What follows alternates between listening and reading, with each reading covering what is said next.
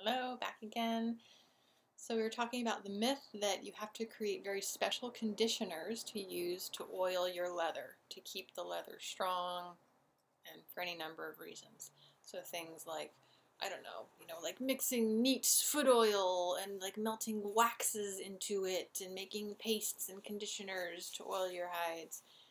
And I'm not saying there might be amazing stuff down that wormhole of learning.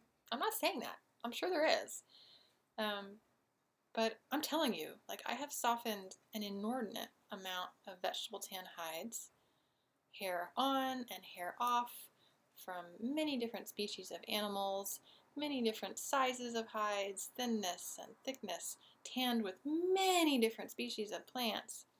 I have never, ever experienced weakness in natural vegetable tanned leather.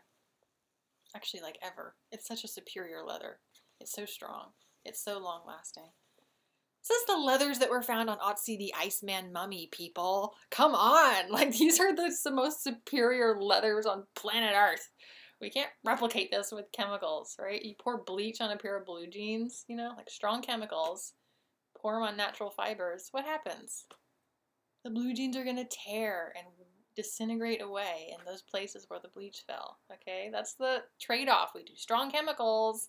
Yeah, they make it really white, but they degrade natural fibers so quickly. So all the hides that I tan, vegetable tan style, I am oiling them with simple natural fats 100% of the time. And to me, they work beautifully. They work great. The leather is supple, it's well moisturized, it's strong, it's beautiful. Okay? So by a pure fat, that means a fat that does not mix with water. That's not an emulsified fat. So a pure fat, if it's plant-based, could be something like olive oil, which is mostly what I use if it's plant-based, or grapeseed oil or canola oil.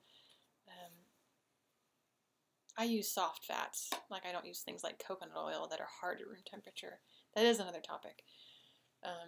And then if it's an animal-based fat, I'm using rendered fats from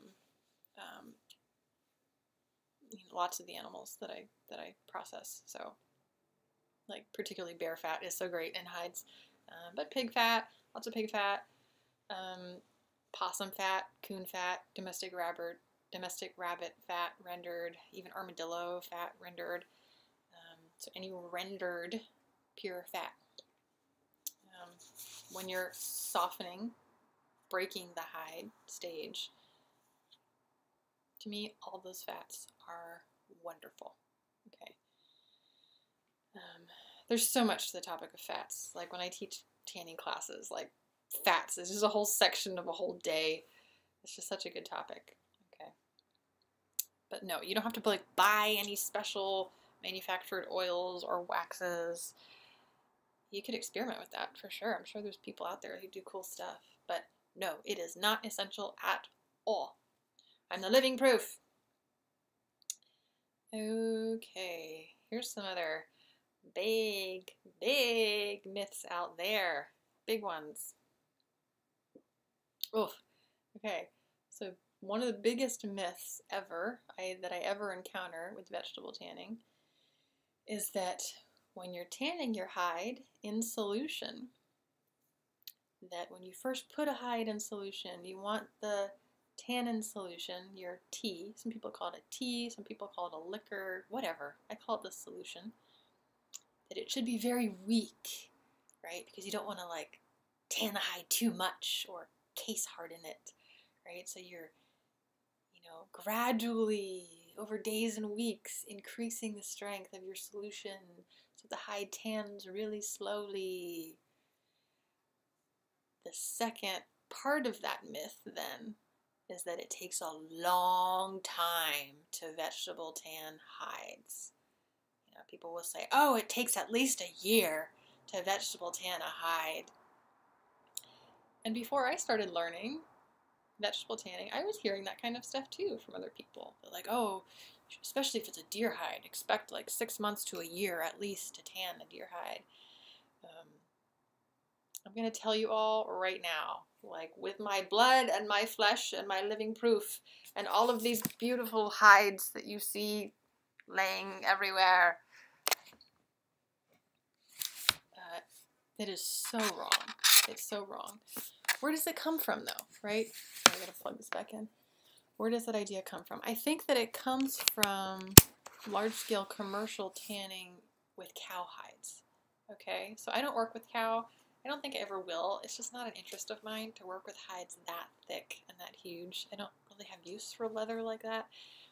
And, you know, I could tan probably like 12 or more or 20 deer hides for the amount of labor and materials it would take me to tan a cow. And I have about a bazillion more love and uses for small leathers like deer. But yeah, so something like tanning cow hides, vegetable tanned, that really is a whole other category of tanning, okay? Because the skin is so thick, it has other rules. So I can understand how if someone's tanning cow hides, it probably does make sense to like, maybe yes, maybe no. It depends on a lot of the other steps. Probably makes some sense to not make your solution extremely strong from the very beginning and gradually strengthen it over time, but not to keep it weak, okay? So for all the tanning that I do, which is the largest animals that I really tan are white-tailed deer, but some white-tailed deer can be huge, like huge bucks, all the way down to very small does. But you know, I call myself a small hide tanner, really. So deer down to all the way down the line of size. You know, deer to like coyote to fox to coon to possum to you know, rabbits to squirrels to chipmunks and snakes and bullfrogs, all the way down the line. Yes, you can tan bullfrogs. It's amazing. Fish. So on all those hides that I'm vegetable tanning, I never purposefully make tanning solution weak. And I never encourage it. When I teach classes, one of the most important things I'm getting across when we're harvesting the plants, making the solutions, keeping the hides in there, especially if it's furs, is actually keeping that solution very, very strong from the beginning all the way through to the end. I believe in keeping very strong solutions because tannins are also an antiseptic. That's keeping the whole solution quite clean. Your hide is not going to rot to any degree if your solutions are very strong. Okay, tannins are one of the great antiseptics of the world. And also, if your solutions are strong, your hides are going to tan faster. And there's all science into that, and that's other classroom stuff for later. Okay, but you know, kind of a decent sized deer hide. I don't know if I'll show you this. This is like not a massive hide, but it's probably a buck, not a doe.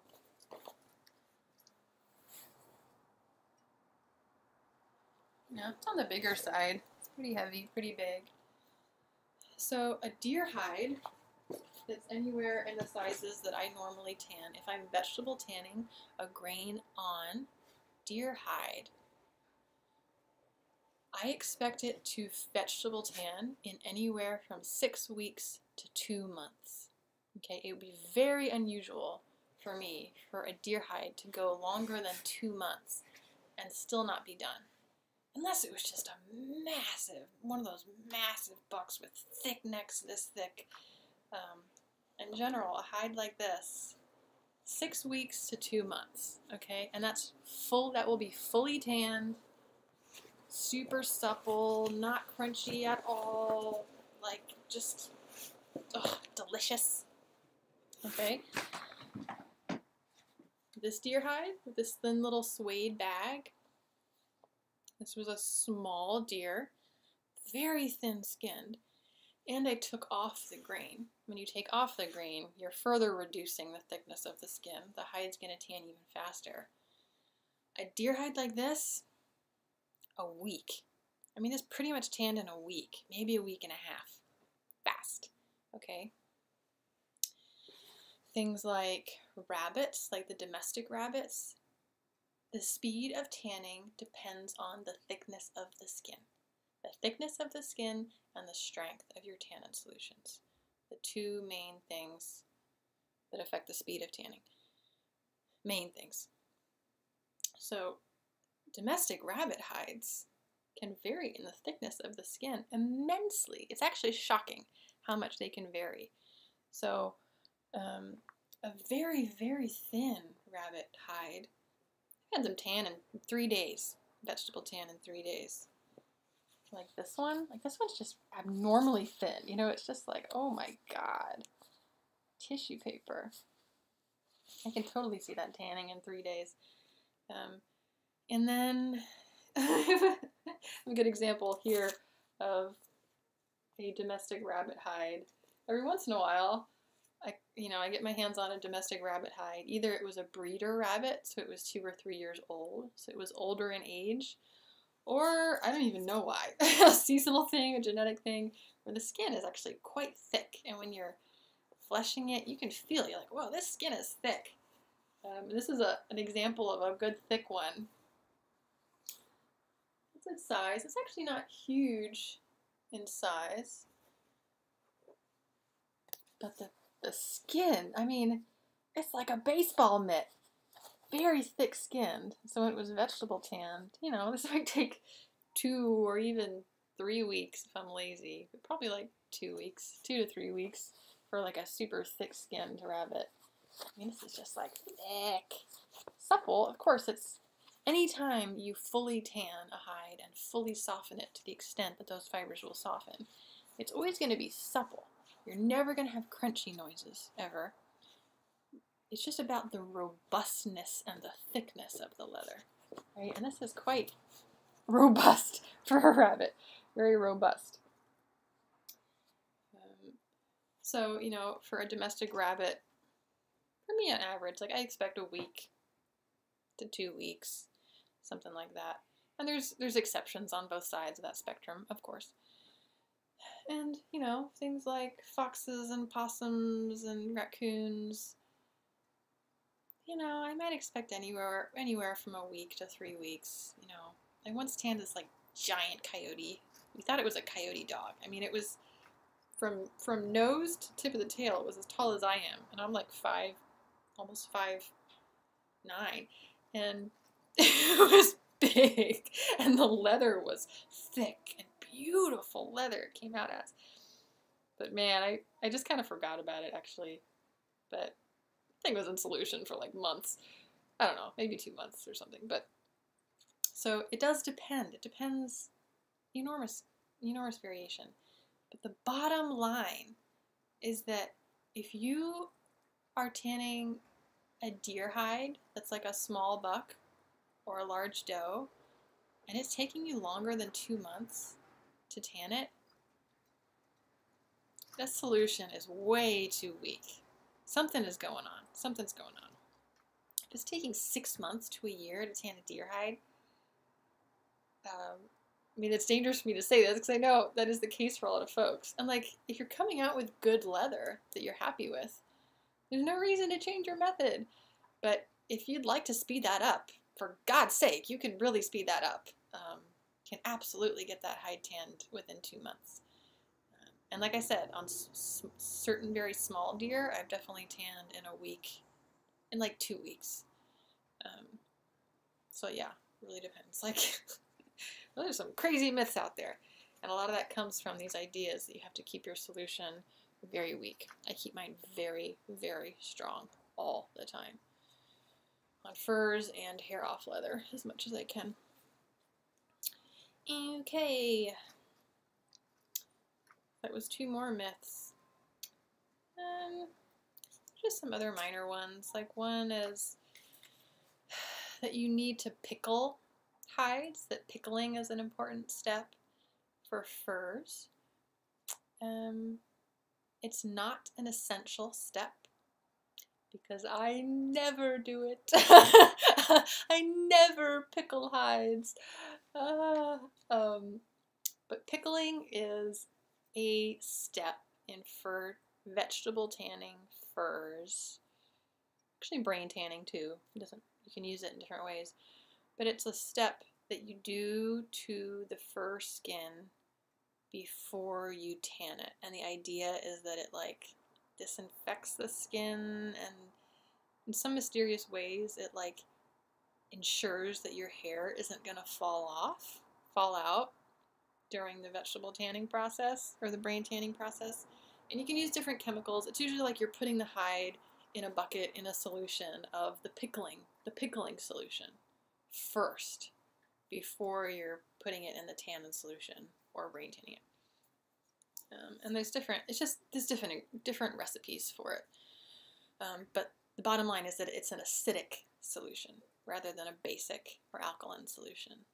So you can use things like citric acid, or like, I think the one recipe that Dennis Lanigan told me was, it was like a pound of salt, a gallon of vinegar, and a gallon of water.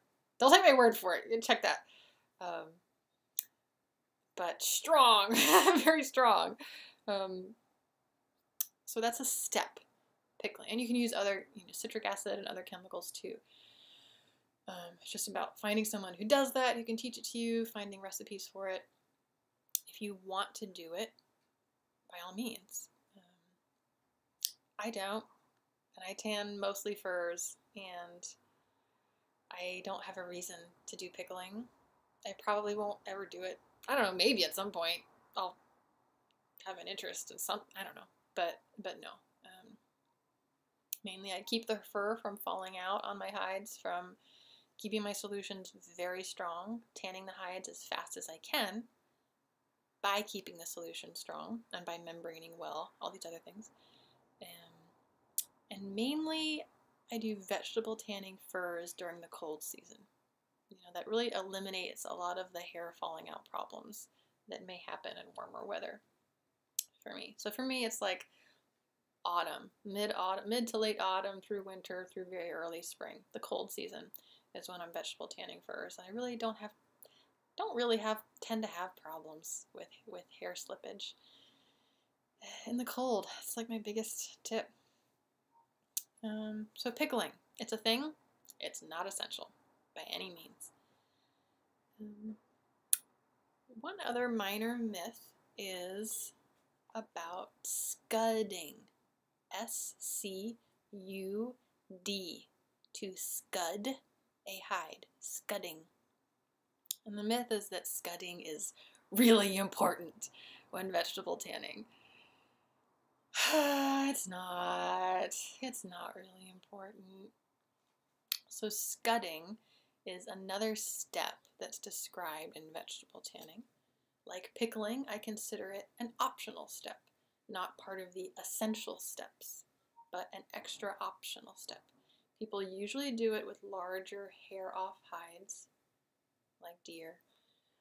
And what it is, say my deer hide is still tanning in solution, in the tannin solution. Maybe it's been in there for a day, maybe a week, maybe a month. And I take it out and it's wet, and I put it back on my beam. Oh, I wish I had a scraper here. I don't have a scraper in this room, but here's a digging stick. Pretend this is a scraper. Okay, so my hide is laid back out over my beam with the membrane side facing me.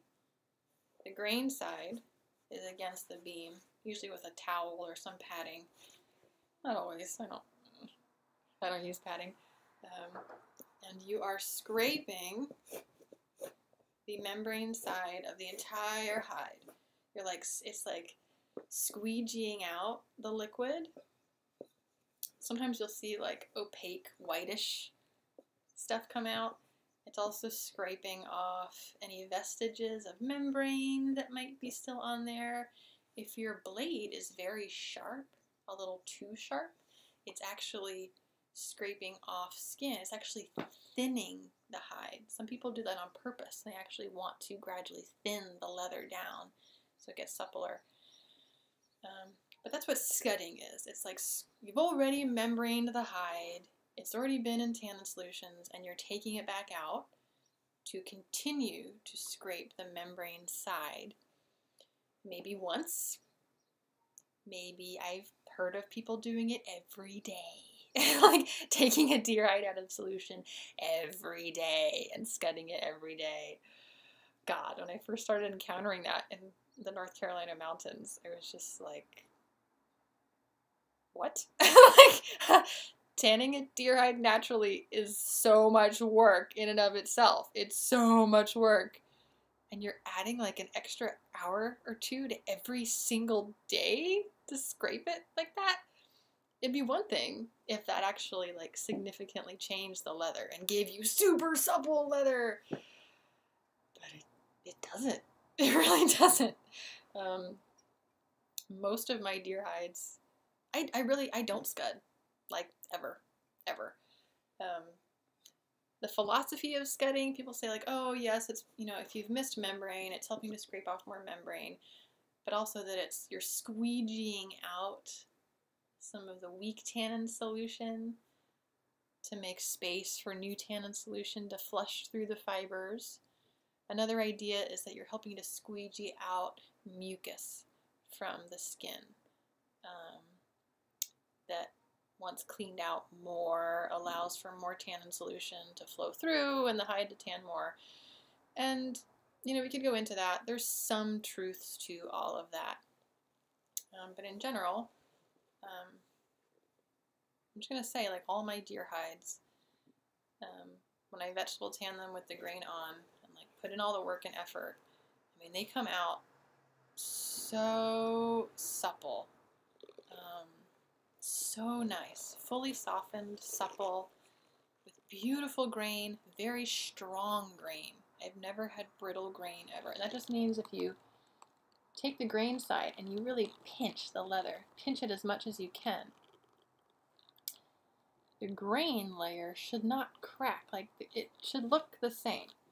Okay, if you take leather like this and you pinch it like that, and you see all these cracks forming and the grain, that's telling you the grain is brittle. It's breaking. It's too dry and brittle, and you don't want that to happen. That's a sign of brittle grain, like the leather is more brittle. Okay, so, I mean, all my deer hides have strong grain. They're super supple. They're fully tanned. They're fully softened. And I don't scud.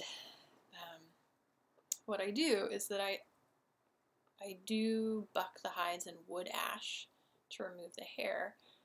You know, the wood ash does help to remove mucus from the hide, just like when you're doing that with buckskin. I do keep my tannin solutions extremely strong, and I'm changing them often to keep them very strong. So there is an overabundance of tannin sloshing through that skin. Like, there is no way that there is weak pockets of solution in my hides. I'm also agitating my hides as often as I can, sometimes every day in the beginning. But what that means is I'm like checking on the hide every day. I pull it out of solution. I'm kind of inspecting it. I often like squeeze it out with my hands. Sometimes I'll even wring it. Some people don't want to do that, but I do wring the deer hides sometimes just by hand. Which is good, which is helping to kind of like squeeze out the liquid, allow more liquid to come in. It just helps me like get to know the hides and love up on them. So maybe that's doing some of what but I've also tanned hides before. I once did an experiment with a deer hide where I did like nothing. It was even a cold infusion. I didn't even boil the bark. It's like I put the deer hide or the bark in water, cold water, and the deer hide in there and piled more bark and more water on top of it and walked away for like 2 months. Didn't do a darn thing. Came back when it was done, and it was done. And